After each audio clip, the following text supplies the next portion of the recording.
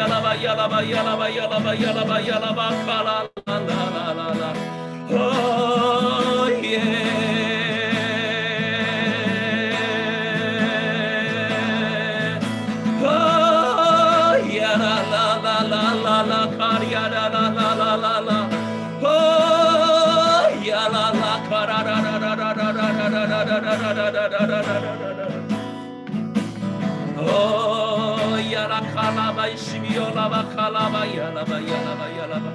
Oh, yala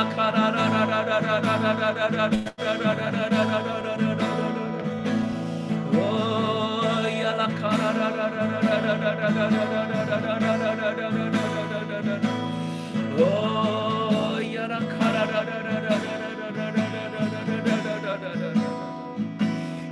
Oh, yala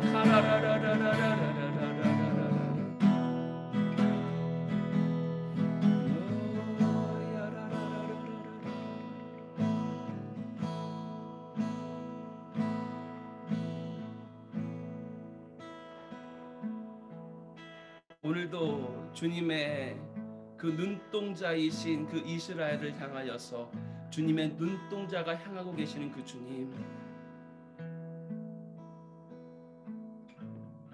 우리가 주님의 마음 가운데에 있는 그 비밀한 주님의 말씀들을, 그 시온을 향한 주님의 말씀들을 우리가 오늘 나눌 때에 주님께서 말씀하고 싶으신 그 모든 말씀들이 선포하는 자의 그 입술 가운데 오늘 선포케 하시며, 또한 주님의 그 시온을 향한 그 심장이 그 선포케 하는 자의 그 심장 가운데 임한 바 되어 이 시간 주님의 마음 가운데에 있는 그 모든 답답했던 마음들이, 내가 얼마나 시온을 사랑하는지 아느냐, 내가 얼마나 예루살렘에 사랑하는지 아느냐, 내가 얼마나 내 땅 이스라엘을 위해서 오늘도 울부짖고 있는지 아느냐, 그 답답했던 주님의 마음들이 온전히 해소가 되어지고 시원케 되는 시간 될 수 있도록 이 시간은 마음껏 요리하시고 마음껏 이끌어가 주시옵소서. 주님의 마음 알기 원합니다. 주님의 심장 알기 원합니다. 주님,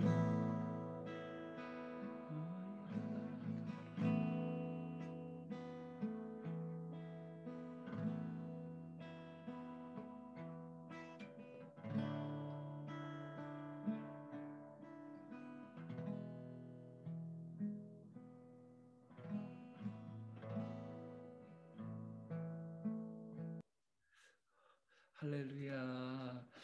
우리 또 사랑하는 우리 이스라엘을 향한 중보자 가족들, 그래서 또 제가 저번 주 같은 경우에는 우리 부산에서 또한 제가 좀 집회가 있어가지고요. 또 우리 왕의 가족들 함께 그곳에 가서 이번 주에 부득이하게 제가 또 이 시간을 지키지 못한 것을 여러분께 정말 사죄드립니다. 사실은 너무 귀한 그러한 말씀 선포자들이 또한 제가 아는 분들이 있기 때문에 제가 그분들 가운데서 정말 저 대신 말씀을 전해주실 분이 섬겨주실 분이 있을 것이라고 제가 예상하셨었어요. 근데 그분들이 답장이 좀 늦게 오게 되었고 또한 이게 되지 않는다는 것을 제가 뒤늦게 받게 되어가지고요. 또 그렇게 제가 좀 실수를 하게 되었습니다. 그러나 또한 제 마음과 영으로서는요. 정말 이 자리 가운데 저번 주에도 함께하여서 정말 시온을 향한 주님의 마음으로 또한 제가 서 있었습니다. 그래서 이번 주에는요. 또한 우리 주님께서 주시는 그러한 또 마음들 가운데에 또 정말 어찌 보면 좀 약간 뭐 공교로울 수도 있고요. 또 주님의 섭리일 수도 있는데요. 제가 이 애리조나의 이 우리 원유맨 바로 이 기도의 집에 중보 타임을 섬기게 되는 그런 날들이 굉장히 이 하나님의 시간표와 맞아떨어지게 되는 일들이 좀 여러 번 있었습니다.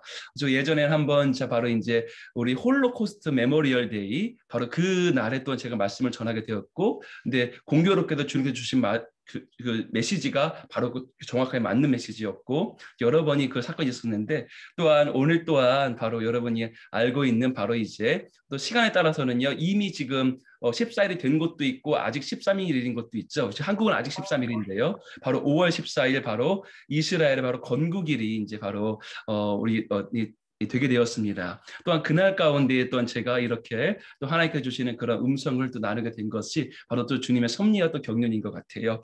그래서 오늘 주님께서 주시는 그 바로 이 음성은요, 바로 이스라엘의 바로 그 건국에 대한 바로 그것, 바로 이스라엘의 바로 고난의 때에 대한 바로 그런 것에 대해서 오늘 가족들과 좀 마음을 나누기 원합니다. 또 사실은요, 또 제가 이 말씀을 이 마음 가운데 떠오르기 이전에 우리 왕의 집의 가족들, 우리 왕의 가족들 분들 가운데서 또한 하나님의 아주 깊은 심장을 알고 계시는 바로 그와 같은 한 깊은 안나와 같은 중보자가 계십니다. 바로 유에란 집사님이 계시는데요. 그 집사님께서 또한 저한테 이 질문을 해주신 거예요. 이스라엘의 바로 그 고난의 때가 끝난 것입니까? 아닌 것입니까? 에 대한 그런 질문을 해주셨기 때문에 바로 오늘의 메시지가 저절로 준비되어지게 되었고 그래서 오늘 가족들과 바로 이스라엘의 건국과 관련하여서요 여러분과 또 주님께 주시는 바로 비밀한 그런 말씀들을 우리가 나누었으면 좋겠습니다.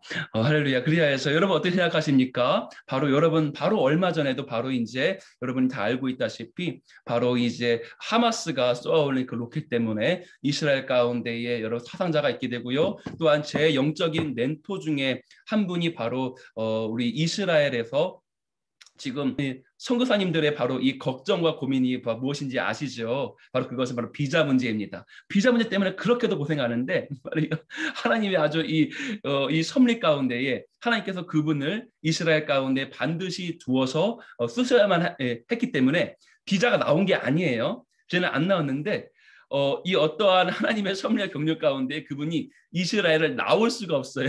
그건 무엇이냐면 이미 집과 가족들이 다 그것과 들어가 있는데 그분이 이스라엘에서 나오게 되면 다시 들어갈 수가 없습니다. 그러니까 거기 안에 갇혀 있을 수밖에 없는 거예요.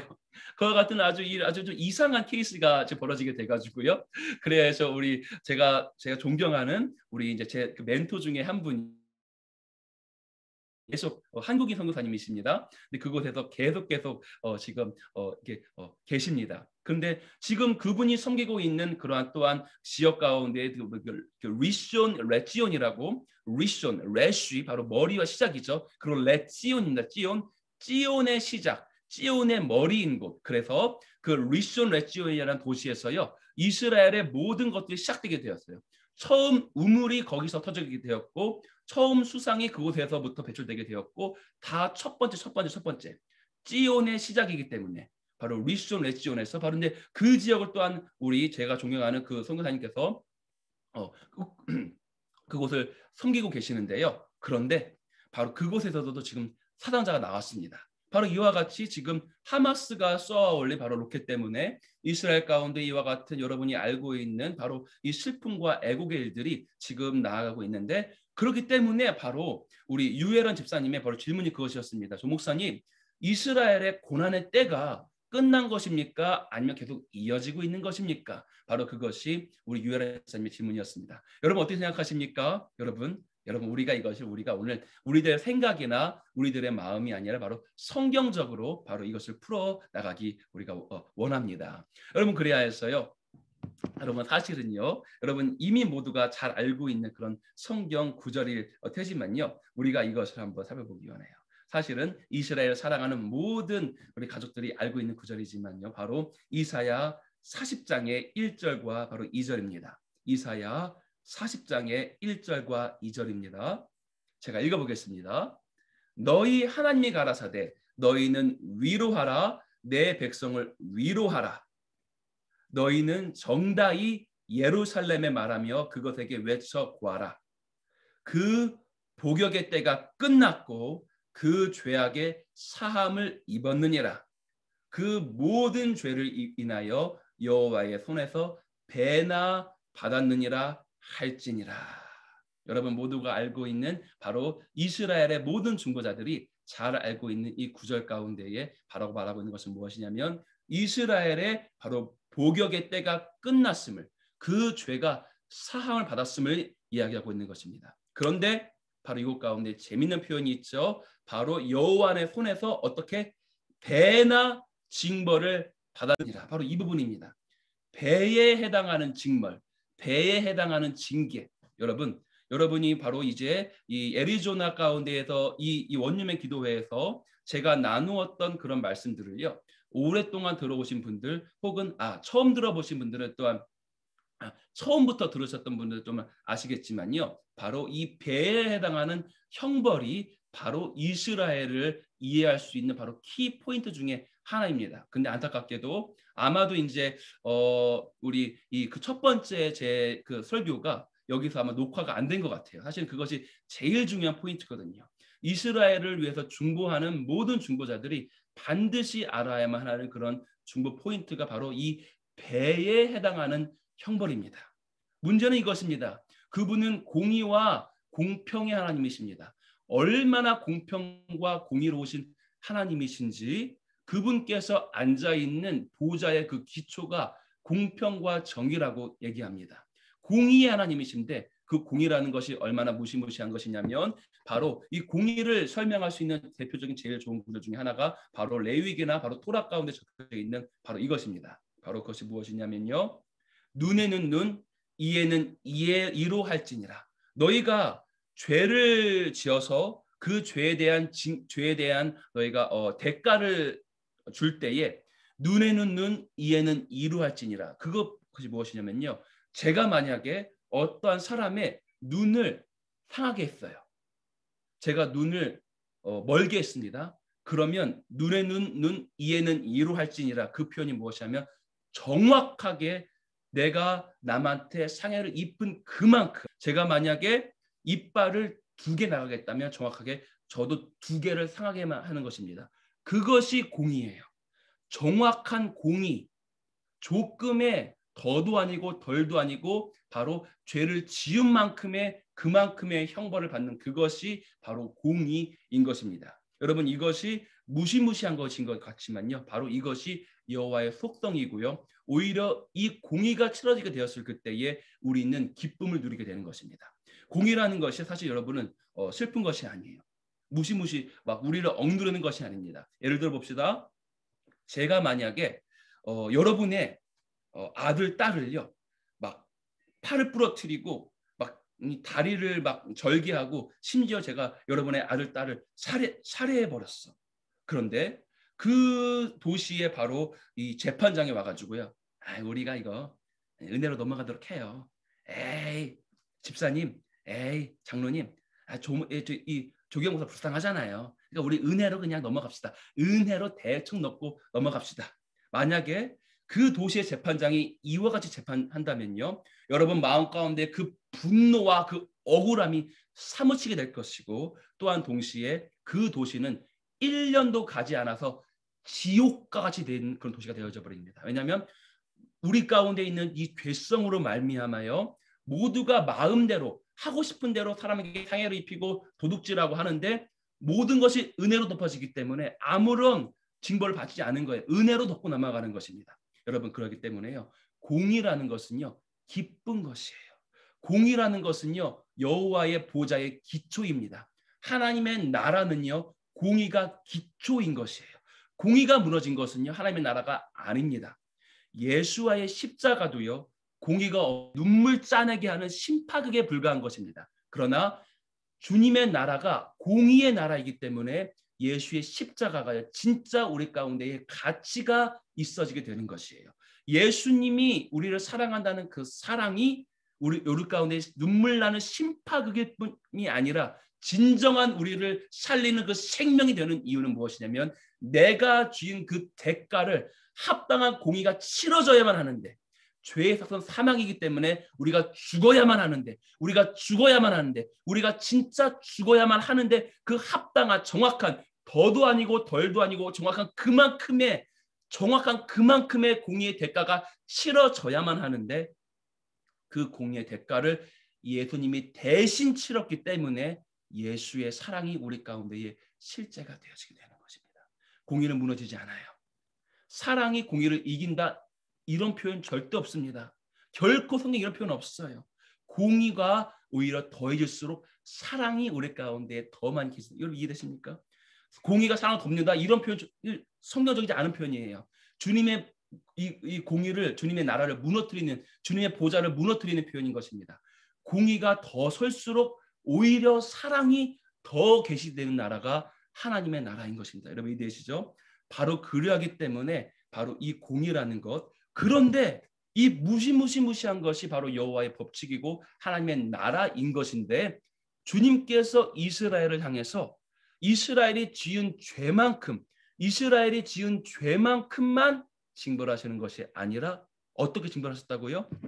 그들이 배나 받았느니라 할지니라.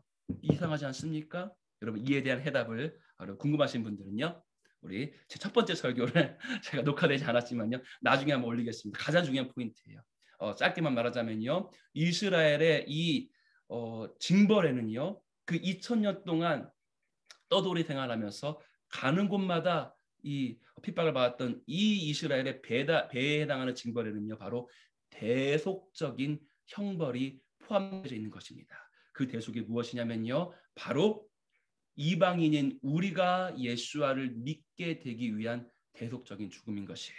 짧게 말하자면요, 예수 그리스도의 죽음으로 말미암아요 예수의 십자가로 대속은 다 치러졌습니다.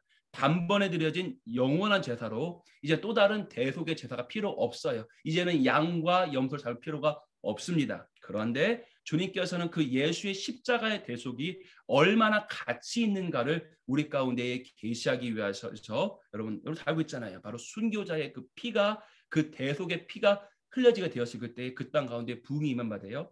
사실은 필요 없습니다. 사실은 순교자의 피가 사실은 필요 없어요. 왜냐면요, 예수의 피면 좋게요.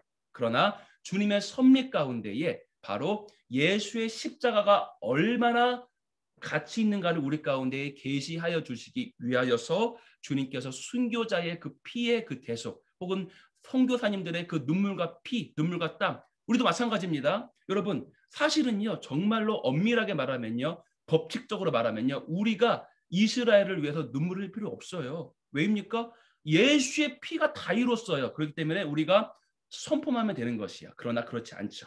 우리가 주님께서는 얼마나 이스라엘을 사랑하는지를 우리 가운데에 계시하여 주시기 위하여서 우리가 눈물로써 이스라엘을 위해서 중보하도록, 부르짖도록 만드시는 것입니다. 마찬가지로 지금 오순절 시즌 가운데 있습니다. 바로 이때 가운데에 우리가 늦은 비의 영광을 구하는데요, 마찬가지입니다. 여러분 사실은요, 우리가 울부짖을 필요가 없습니다. 예수의 피가 휘장을 찢었기 때문에 우리는 주님의 영광을요 주여 할 필요 없이 주님만 해도요 영광의 보좌 앞에 담대하게 들어가서 그 영광을 누릴 수가 있어요. 그것이 예수의 피가 우리 가운데 이룬 바로 그 가치인 것입니다. 우리는 고아가 아닙니다. 우리는 과부가 아닙니다. 막 아버지 부르짖을 필요가 없어요. 우리는 신랑이여 부르짖을 필요가 없어요. 예수의 피가 주의 영광을, 주님의 얼굴을 우리 가운데에 확연하게 계시하십니다. 24시간 언제든지 밥 먹다가도 주님 하면 주님의 임재가 떨어지는 거죠. 그러나 또한 동시에 주님께서는요 스스로를 숨기시는 시즌이 있습니다. 이때 가운데에 우리가 주님을 울부짖어서 찾도록 만드시는 거예요. 왜냐하면 신랑이 얼마나 소중하고 얼마나 가치로우신 분이신지를 우리 가운데 또한 일부러 나타내시기 위하여서요. 주님께서 우리를 또한 이렇게 이와 같은 시즌에는요 우리가 주님을 찾도록 만드시는 것입니다. 이해되시죠? 이와 같은 이 균형, 이 원리 마찬가지인 것입니다. 바로 예수님의 피면 족하지만요 이스라엘이 배에 해당하는 형벌을 받은 그 이유 가운데는 바로 무엇이냐면 이스라엘의 대속적인 죽음의 형벌로 말미암아 심지어는 그 홀로코스트에서 막 울부짖으면서 학살 당했던 그 이스라엘의 그 유대인들의 대속적인 죽음으로 말미암아 이방인인 우리가 예수를 믿을 수 있도록 바로 배에 해당하는 형벌을 바로 이스라엘이 겪게 된 것인 것입니다. 여러분 이것에 대한 더 깊은 설교는요 나중에 제가 좀 올려드리도록 하고요. 오늘 나누고 싶은 또 하나의 바로 이 배에 해당하는 형벌에 대한 바로 이 부분은요 또 다른 이유예요. 이스라엘이 분명히 공의로운 하나님께서는요 죄를 지은 만큼만 벌을 주시는 분이신데 근데 배에 해당하는 형벌을 받았습니다. 속적인 형벌이었습니다. 두 번째는요 오늘 이것을 우리가 나누기 원해요. 여러분 그리하였어요. 이 이스라엘이 여러분 이스라엘의 바로 이 포로기 이스라엘이 이와 같은 징벌을 받는 그 시기가 성경 가운데에 게시된 것이 몇 군데가 있습니다. 일단 여러분이 첫 번째 알고 있는 이스라엘 민족의 첫 번째 포로가 바로 언제였습니까? 그것은 바로 여러분이 알고 있는 바로 애굽의 바로 포로예요. 그래서 여러분이 알고 있다시피 요셉이 바로 애굽 땅 가운데로 주님의 경륜 가운데 들어가게 되었고 주님께서 마련하신 그 섭리 가운데 그 고센 땅에서 주님께서 태를 여사 그 애굽 땅 안에서 바로 이 이스라엘 민족이 형성되어지게 됩니다. 그러나 이미 이들이 지은 그 어떤 그 죄악들 때문에요. 바로 애굽에서 바로 이들이 430년간 바로 포로의 바로 그 압제를 겪게 되는 것이죠. 고통과 그 고난의 시기를 지나게 되는 것입니다. 이 430년간의 바로 그 고난의 시기를 지나서 이들이 출애굽하게 되었고 출애굽하고 난 후에 곧바로 가나안 땅 들어가는 것이 아니라 바로 광야의 시기를 지나게 되는 것이죠. 3단계입니다. 바로 어둠의 시기, 애굽에서의 고난의 시기, 그러나 기이한 빛 가운데 들어온 시기, 바로 출애굽했었을 그때는 기이한 빛이에요. 어마어마한 기이한 빛입니다. 매일매일 만나가 초산적으로 떨어져요. 매일매일 눈에 보이는 영광의 그 임재의 구름 기둥과 불 기둥이 매일매일 나를 인도해요. 기이한 빛입니다. 그러고 난 후에 3단계입니다. 바로 사역의 시기예요. 바로 가나안 땅에 들어가서 아름다운 덕을 선포하며 그 가나안 땅의 족속들에게 여호와가 얼마나 위대한 분이신지를 바로 선포하는 바로 그 시기. 베드로서가 말합니다. 너희를 어두움 가운데에 불러나여 기이한 빛에 들어가시게 하신 이에 아름다운 덕을 선전하게 하려 하심이라. 너희는 왕 같은 제사장이기 때문에 너는 이 3단계를 거쳐야만 한다. 여러분 이해되시죠? 3단계입니다. 언제나 고난의 시기, 애굽의 시기, 그 다음에 기이한 빛, 바로 기이한 빛으로 매일매일 나를 인도하시는 그 광야 가운데서 주님을 경험하는 시기, 또한 동시에 3단계 바로 주님의 덕을 선포하는 바로 사역의 바로 도구가 되는 쓰임받는 그 시기가 있게 되게 되는 것이에요. 여러분 첫 번째 430년에 바로 이 포로기가 바로 이스라엘의 첫 번째 고난의 시기였습니다. 근데 여러분 알고 있다시피 바로 두 번째 고난의 시기가 오게 되죠. 이스라엘이 가나안 땅으로 들어가게 했는데 여러분 다 알고 있다시피 수많은 죄악들을 범하게 됩니다. 네. 그리하여서요. 죄송합니다. CD가 켜져가지고 여러분 그리하여가지고 주님께서 계속 막 이 선지자들을 보내요. 너희들 돌이켜야 한다. 너희들 돌이켜야 해. 너희들 돌이켜야 해. 그러나 이 이스라엘 민족은 끝내 바로 주님의 이 마음을 배신함으로 말미암아 이들이 끝내 또다시 두 번째의 고난의 시기, 두 번째의 포로기 가운데 들어가게 되죠. 그것이 여러분이 알고 있는 바로 아수르와 바로 바벨론의 바로 포로기 가운데에 이들이 들어가게 되는 것입니다. 여러분, 그리하여서요, 이 아수르와 이 바벨론의 그 포로기가 여러분 알고 있다시피 근데 몇 년 만에 끝납니까? 그 중요해요. 여러분, 예레미야가 예언했고요. 예레미야 할아버지의 그 두루마리로 쓴 그 선지의 글을요, 예레미야 서를요, 다니엘이 바로 그 이방 땅에서 읽게 됩니다. 그런데 깨닫게 돼. 70년 만에 이 포로가 끝이겠구나. 다니엘이 예레미야 할아버지의 그 글을 읽다가 우리가 지금 읽고 있는 예레미야서를요, 다니엘이 그때 읽었어요. 그래서 깨닫게 됩니다. 아하, 이제는 우리가 포로가 70년 만에 끝이겠구나. 그리고 우리가 다시 알리야 할 수 있겠구나. 약속의 땅으로 다시 들어갈 수 있겠구나. 이거를 깨닫게 되게 되는 것입니다.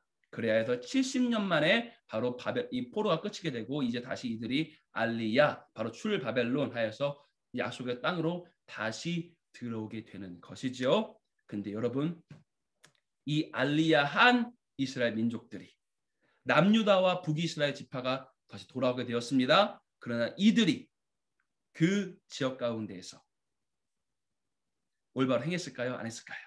올바로 행했을까요? 안 했을까요? 여러분, 바로 에스라서 가운데에 또한 많은 이 다시 귀환한 그 배경이 써져 있는 그런 성경 가운데 나와있습니다. 이들이 이방 여인과 계속 혼인을 하고요. 그리하여서 막 이 주님의 이 종들이 마음을 찢으면서 막 너희들이 그러면 안 된다 하면서요. 이들이 그 70년의 포로를 거쳤음에도 불구하고요. 이들이 계속 주님의 마음을 찢는 죄악을 계속 행하게 되었습니다. 여러분, 여기에서요 바로 비밀한 것들을 우리가 좀 나누기 원해요. 바로 그것이 무엇이냐면요, 또다시 이들이 죄악을 범했는데 레위기서 26장 가운데에 바로 이와 같은 주님의 표현이 있습니다. 바로 그것이 무엇이냐면요, 레위기서 26장에 너희가 만약에 내가 너에게 징벌을 주었는데도 너희가 그래도 회개치 아니하잖아. 그러면 내가 너에게 징벌을 7배 더할 것이야 라는 표현이 있게 되는 것이에요. 무시무시하죠. 여러분, 주님께서 우리를 징계하셨는데 우리가 만약에 그래도 회개치 않으면요, 주님께서 7배의 징벌을 더하신다고 바로 토라가 이야기하고 있는 것입니다. 땅에 하나도 떨어지지 않은 주님의 그 말씀이 그것을 이야기하고 있는 것이에요.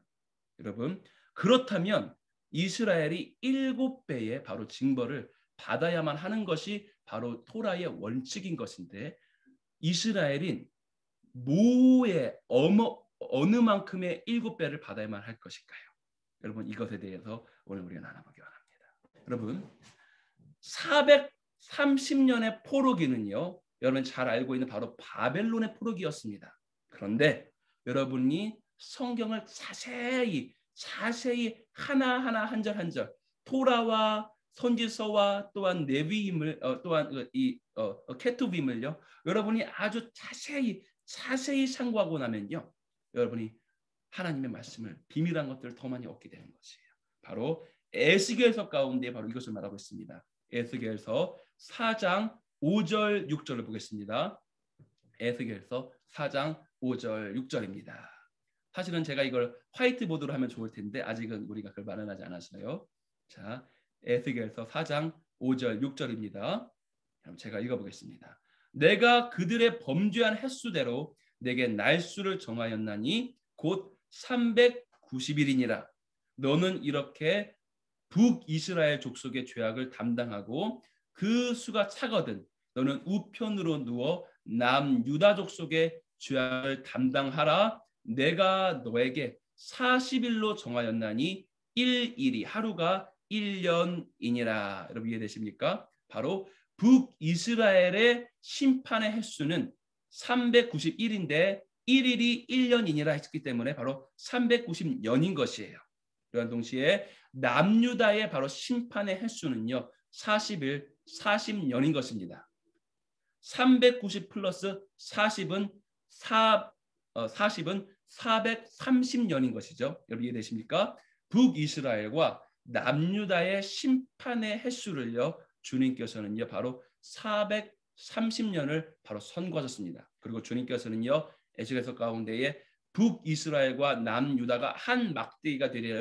여러분 이것을 나누시면 안 돼요. 그럼 여러분 미혹 가운데 빠지게 됩니다. 아무튼지간에 430년의 심판을요 주님께서 이스라엘을 향해서 선고하셨어요. 마치 애굽에서 430년의 그 심판을 선고받았듯이 마찬가지로 바벨론의 포로기 가운데 주님께서 430년 사실을 주님께서 선고한 것입니다. 그런데 여러분이 알고 있다시피 몇 년 만에 이들이 귀환했습니까? 바로 70년 만에 이들이 귀환한 것이에요. 주님의 은혜 가운데에 바로 70년 만에 귀환했습니다. 그러기 때문에 남은 것은 몇 년입니까? 사실은 360년이에요. 사실은 360년만 더 심판을 받으면 이스라엘의 심판은 끝나는 것입니다. 근데 여러분이 알고 있다시피 70년의 그 심판을 겪고 귀환한 이스라엘이 여전히 주님 앞에 악을 행했습니다. 그래야하기 때문에 바로 7배의 징벌을 받아야만 이하면요. 이해되시죠? 여러분 잘 보십시다. 430년 중에서 70년은 이미 심판을 받았어. 남은 것은 360년입니다.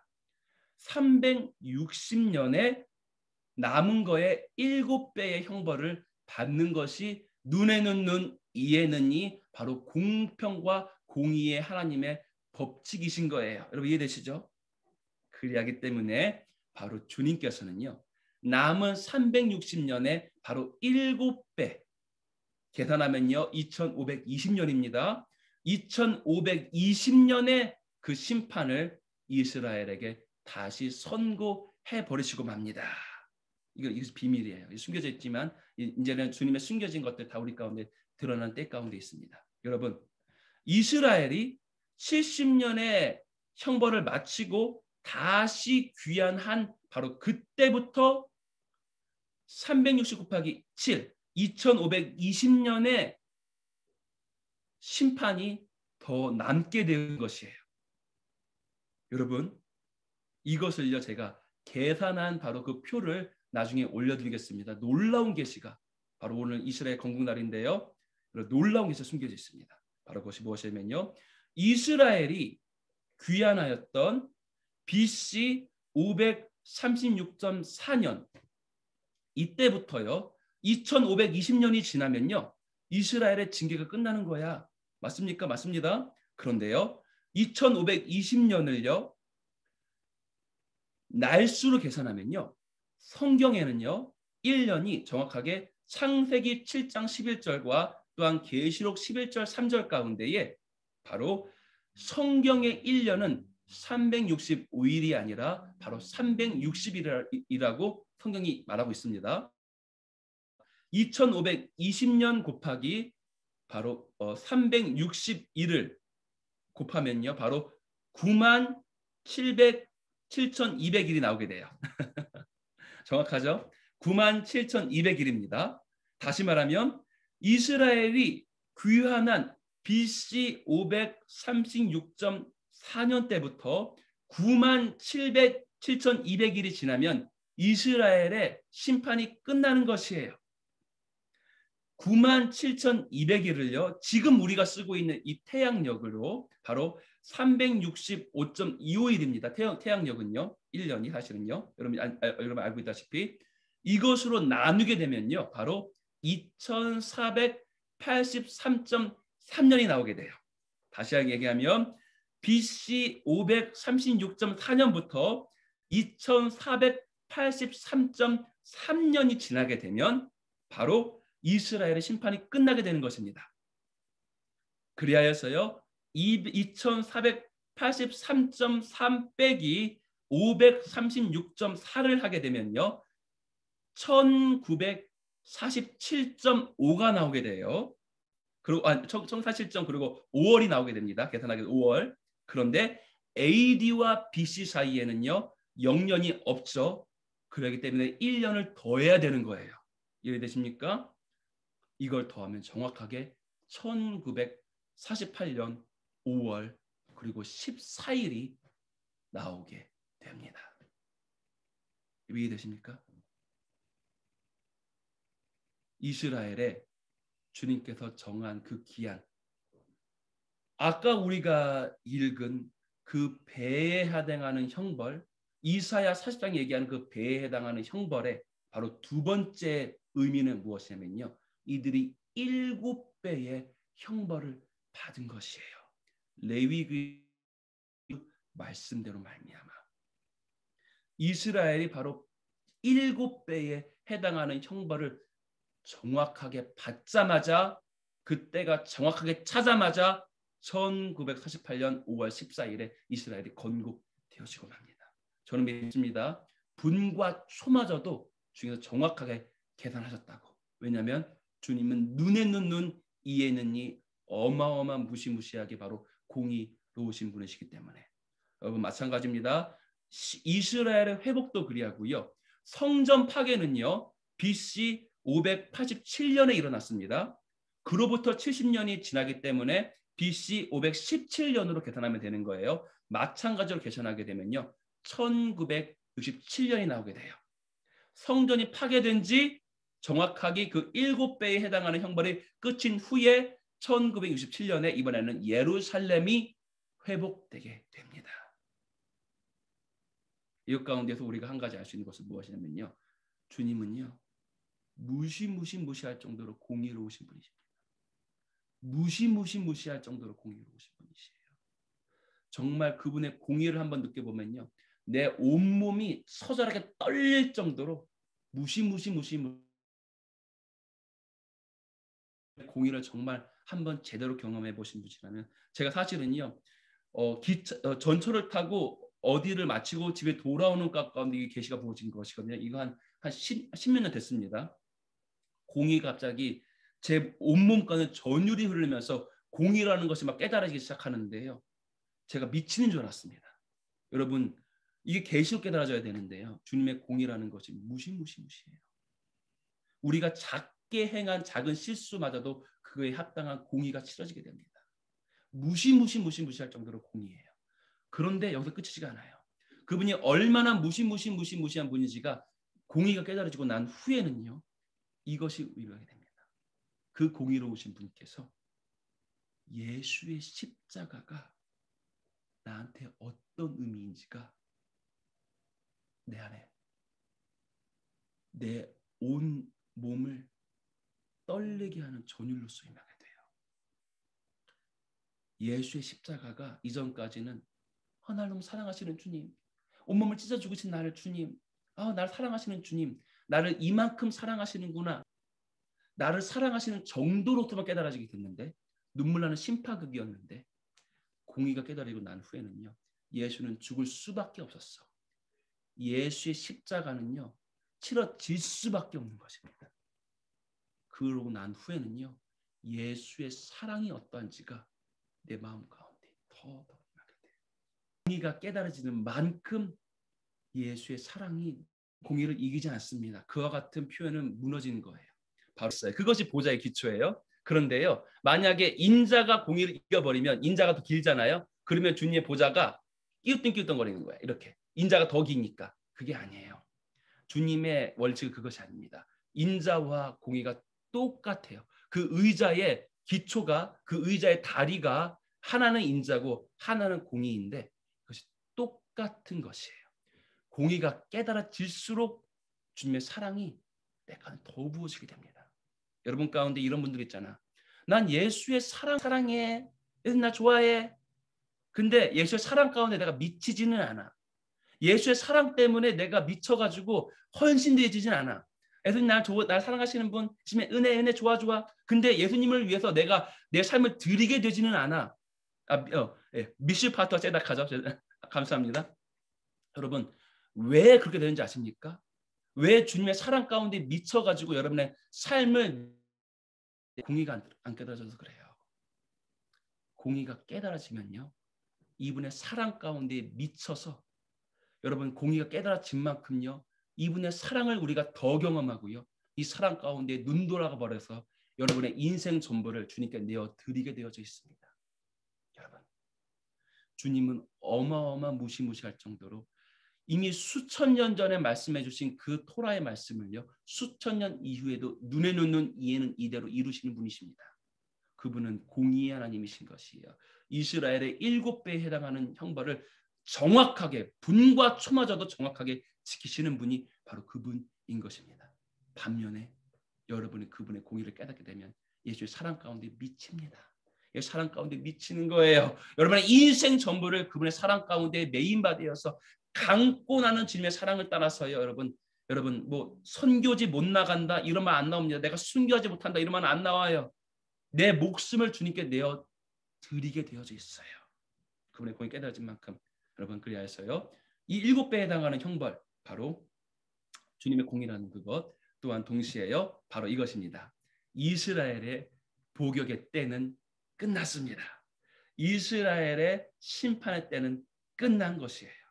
근데 여러분 가운데 질문이 무엇이냐면 조 목사님 이스라엘이 고난의 때가 끝났다는 것은 성경적으로 알겠는데 근데 왜 지금도 이스라엘은 저렇게 막 로켓 막 받고 막 이래요? 왜 그래요?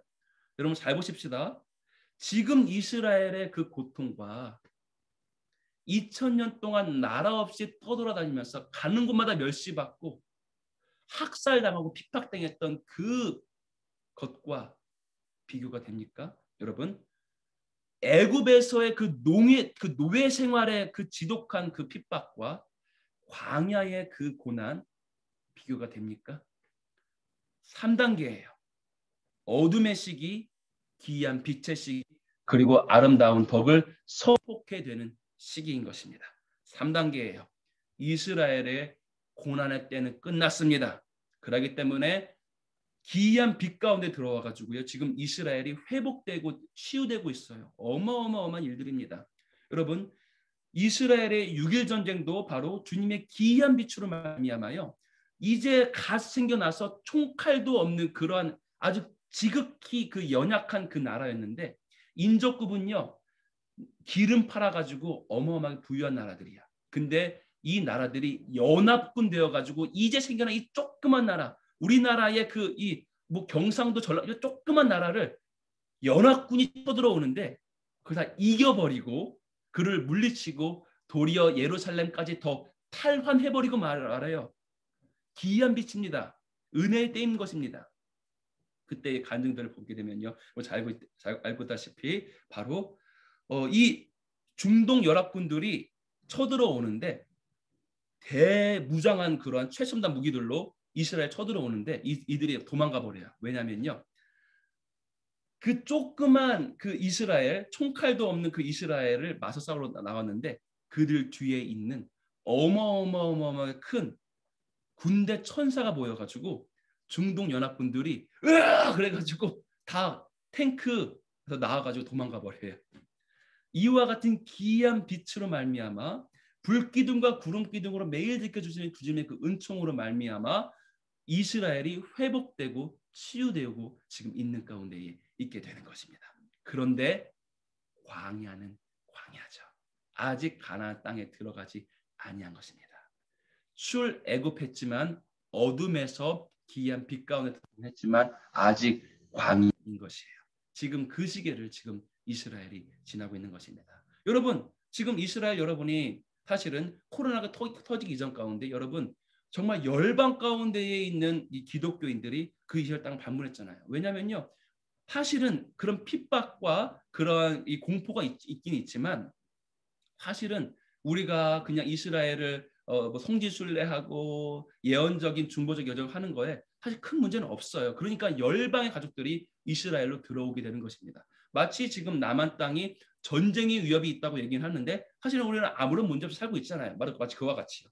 이스라엘이 지금 이런 위협은 있지만 그리고 실제적인 이러한 로켓의 이런 일들이 있지만 주님께서 아이언 돔을 통해 가지고 대상에 수백 개의 이 로켓이 쏘아졌는데 다 주님께서 기이한 빛으로 다 막아주고 있어요. 왜냐하면 주님께서 이스라엘 가운데에 최첨단 테크놀로지에 대한 바로 특별히 또 IT 기술에 대한 그 지혜를 기이한 빛으로 부어버리셨기 때문인 것이에요.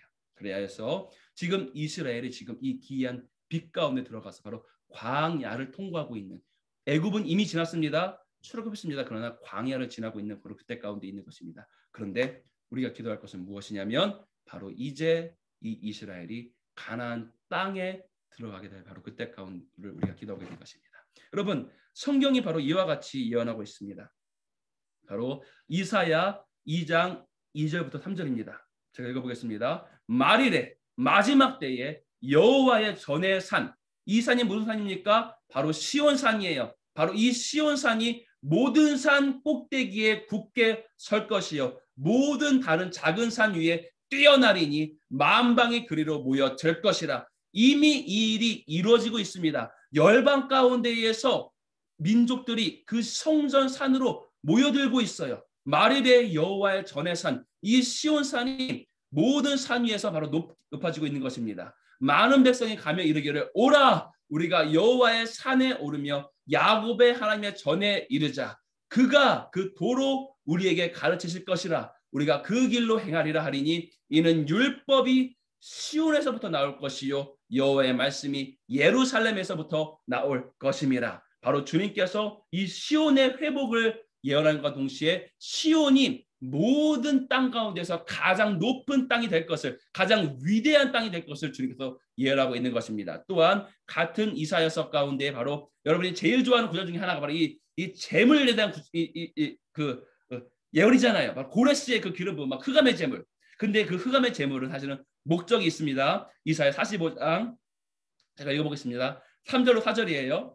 너에게 흑암 중에 보화와 은밀한 곳에 숨은 재물을 주어서 너를 지명하여 부르신 자가 나 여호와 누구의 하나님 이스라엘의 하나님인 줄 알게 하리라. 내가 나의 종 야곱 나의 택한 이스라엘을 위하여 너를 지명하여 불렀나니. 주님께서 예언하십니다. 고레스야, 내가 너에게 흑암 중에 재물을 주어서 은밀한 곳에 숨겨진 재물을 너에게 줄 것이다. 근데 그 이유는 무엇이냐면 나의 택한 이스라엘을 위해서다. 주님께서 말씀하고 있는 것이에요. 그 말은 무엇이냐면요, 이제 고레스의 기름 부음을 받은 열방의 바로 이 재정의 바로 청지기 가운데에 주님의 신부들 가운데 재정을 주실 것입니다. 흑암 중에 재물을 주실 것이에요. 숨겨진 재물을 여러분 가운데 주실 것입니다. 우리가 부의 이동 외쳤는데 부의 이동이 지금 이미 일어나고 있고 여러분 가운데 주시게 될 것이에요.